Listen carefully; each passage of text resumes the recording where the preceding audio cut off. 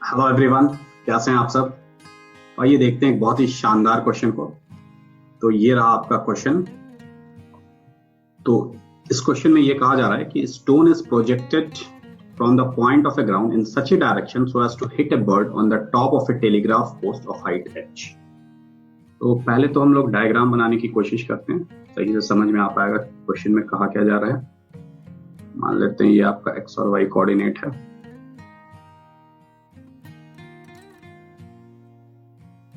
और एक स्टोन को हमने प्रोजेक्ट किया कुछ इस तरह से। ये आपको इसका मोशन कुछ इस तरह से जा रहा है।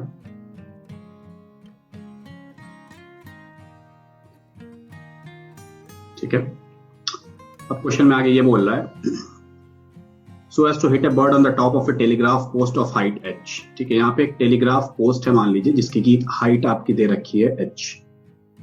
तो मान लेते हैं कि यहाँ पे एक टेलीग्राफ पोस्ट है, इसकी हाइट h है। तो ये जो स्टोन है ये यहां से पास कर रहा है, ठीक है, पास करेगा मतलब, and then attain the maximum height 2h above the ground. अब ग्राउंड से मैक्सिमम हाइट 2h अटेन करता है। ठीक है, टेलीग्राफ पोस्ट की हाइट h, यहाँ पे एक बर्ड है। अब इस क्वेश्चन में ये बोल रहा है if at the instant of projection the bird were to fly away horizontally with a uniform speed. जैसे ही इस स्टोन को हम लोग यहां से फेंक रहे हैं, ये जो बर्ड है यहां से हॉरिजॉन्टली मूव कर रहा है यूनिफॉर्म स्पीड। ठीक है, तो ये बर्ड आपकी यहां पर से हॉरिजॉन्टली मूव कर रही है यूनिफॉर्म स्पीड पे। ठीक है, अब आगे क्या बोल रहा है, find the ratio between the horizontal velocities of the bird and the stone if the stone still hits bird while descending. तो जैसे ही स्टोन को हमने फेंका, ठीक है, ये बर्ड यहां पर से उड़ी और हॉरिजॉन्टल डायरेक्शन में मूव करने लगी।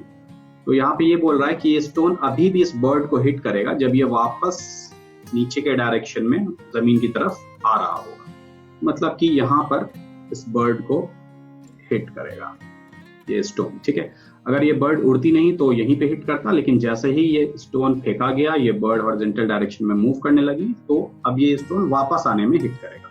तो horizontal velocity of the bird और स्टोन का रेशियो क्या है ये हमें पता करना है।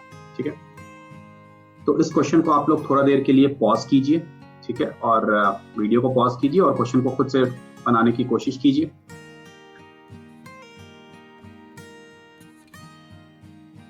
चलिए अब सॉल्यूशन की तरफ देखते हैं, किस तरह से हम लोग इसको सॉल्व कर सकते हैं। काफी टाइम लगा होगा अगर आपने सच में बनाया होगा इसको तो, और इन सब वीडियोस का फायदा तभी हो सकता है आपको जब आप सच में बनाने की कोशिश करें, और तभी जब एकदम ही ना बने, कोई रास्ता नहीं बचे, तभी सॉल्यूशन देखने की कोशिश करें। ठीक है, आगे बढ़ते हैं हम लोग, सॉल्यूशन देखते हैं इसका। ये अगर h है तो ये भी हमारा h ही होगा यहाँ पे। ठीक है, अच्छा मान लेते हैं कि हमारा ये जो डिस्टेंस है ये है हमारा x, या x1 मान लेते हैं। ये अगर x1 है तो ये भी हमारा x1 ही होगा।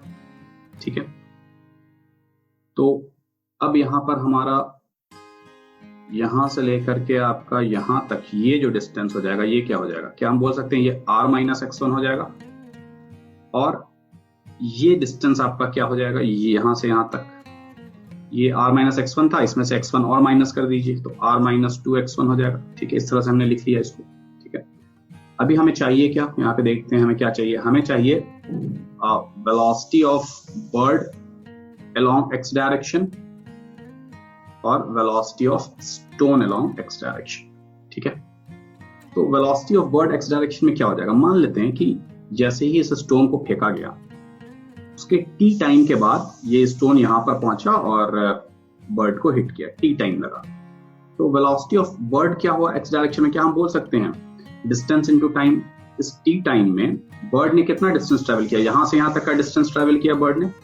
ठीक है, बर्ड ने यहां से यहां तक का डिस्टेंस ट्रेवल किया, और उसी t टाइम में स्टोन ने यहां से लेकर के यहां तक का डिस्टेंस ट्रेवल किया, राइट। तो velocity of bird along x जब हम बोल रहे हैं तो displacement of bird along x which is आपका क्या है r minus 2x1 into t divided by velocity of stone along x। stone ने कितना डिस्टेंस ट्रेवल किया, r minus x1। Into T. ठीक है, टाइम तो हमारा कैंसिल हो ही जाएगा, तो कैंसिल कर लेते हैं टाइम को। तो अगर हम x1 निकाल पाए और रेंज निकाल पाए तो हम डायरेक्टली यहाँ पे सब्स्टिट्यूट कर देंगे। अब देखते हैं कि x1 और रेंज हम किस तरह से निकालेंगे। ठीक है, x1 या रेंज निकालने के लिए हम लोग पहले आते हैं इक्वेशन ऑफ ट्रैजेक्टरी को देखते हैं, को यहीं पे छोड़ देते हैं, इसमें हम लोग बाद में सब्स्टिट्यूट करेंगे। इक्वेशन ऑफ ट्रैजेक्टरी से हम लोग क्या लिख सकते हैं? y is equal to x tan theta. मान लेते हैं कि ये हमारा u स्पीड से फेंका गया था थीटा एंगल पे। ठीक है, तो जब यहाँ पे पार्टिकल आता है या यहाँ पे जब स्टोन आता है, हमें x1 चाहिए, राइट? तो यहाँ पे हमारा y is equal to, y क्या है हमारा? h है। h is equal to x tan theta, x ही हमारी x1 है, minus gx square by 2u square cos square theta, right? यही हमारी इक्वेशन ऑफ ट्रैजेक्टरी है। अभी यहाँ पे क्या है कि x में क्वाड्रेटिक है, तो हम लोग क्या करते हैं कि 2u square cos square theta by g से मल्टीप्लाई कर देते हैं।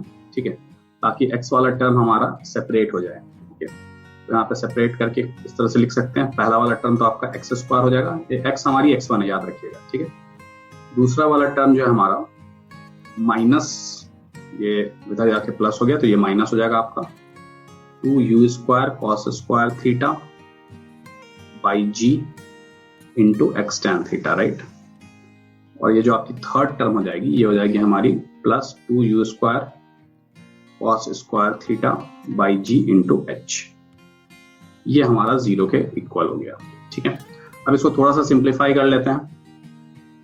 tan थीटा को sin theta by cos theta लिख सकते हैं, एक cos cos कट जाएगा, तो 2 sin theta cos theta sin 2 theta हमारा हो जाएगा। ठीक है, तो हम लोग इसको कुछ इस तरह से लिख लेंगे, x square minus u square sin 2 theta by g into x, और नेक्स्ट टर्म जो हो जाएगी वो हो जाएगी 2u square cos square theta by g into h is equal to 0। ठीक है, तो h हमारा क्या है यहाँ पे? 2u square cos square theta by g into h। h हमारा क्या है यहाँ पे? आप देखिए मैक्सिमम हाइट जो है हमारी वो है 2h।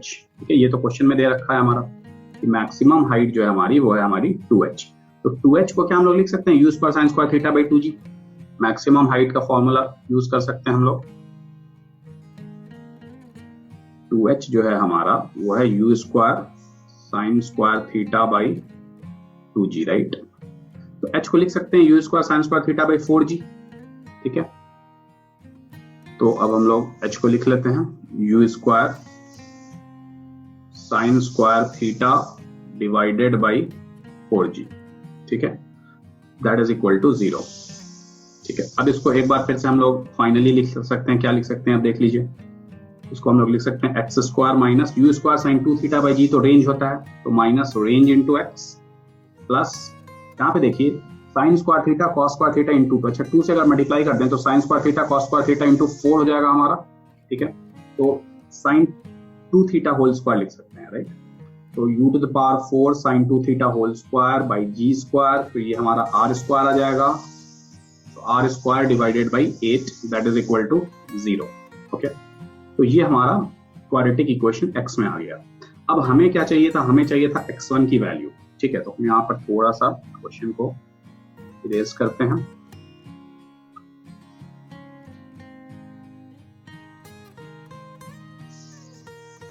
क्वेश्चन को हमने इरेज किया और हमें चाहिए x1 की वैल्यू अब। ठीक है, तो x1 की वैल्यू क्या निकल जाएगी हमारी? x1 हमारा आ जाएगा आपका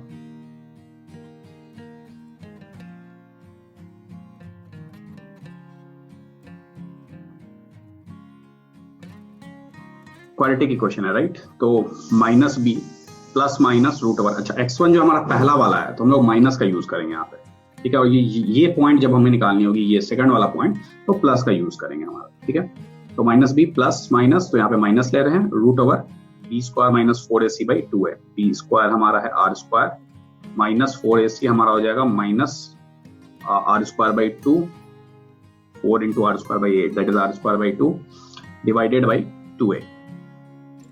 तो ये हमारा आ जाएगा r minus r by root 2, r minus r by root 2 divided by 2। ठीक है, इसको कुछ इस तरह से लिखते हैं, root 2 minus 1 into r by 2 √2 - 1 × r/2√2, right, 2√2।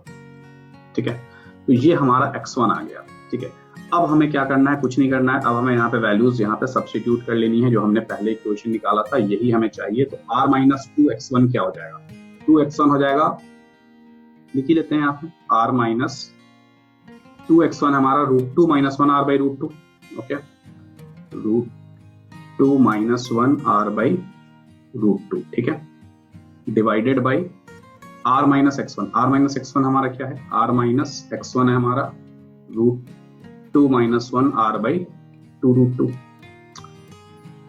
तो यहाँ पे जब हम लोग √2 कॉमन ले लेंगे तो √2r - √2r ये तो कैंसिल हो जाएगा, हमारा एलसीएम ले लेंगे √2, तो हमारे पास बच जाएगा एक r बच जाएगा बाई √2, तो r तो ऐसे भी कैंसिल होना है, तो यहाँ पे आपका आ जाएगा 1/√2 डिवाइडेड बाई 2√2r - √2r, तो 2r - 2√2r - √2r plus r, right. तो हमारे पास बच जाएगा √2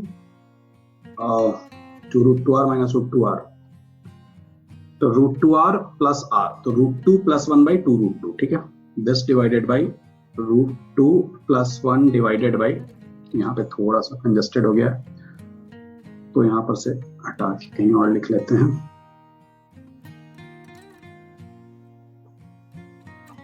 थोड़ा ऊपर से यूज करते हैं, तो यहाँ पे 1/√2 था हमारा डिवाइडेड बाई √2 + 1/2√2, ठीक है। तो √2 आपको कैंसिल हो जाएगा, तो फाइनल जो आपकी आंसर हो जाएगी वो हो जाएगी 2/√2 + 1, ठीक है। ये हमारी फाइनल आंसर हो गई। तो this is my final answer 2/√2 + 1, ठीक है।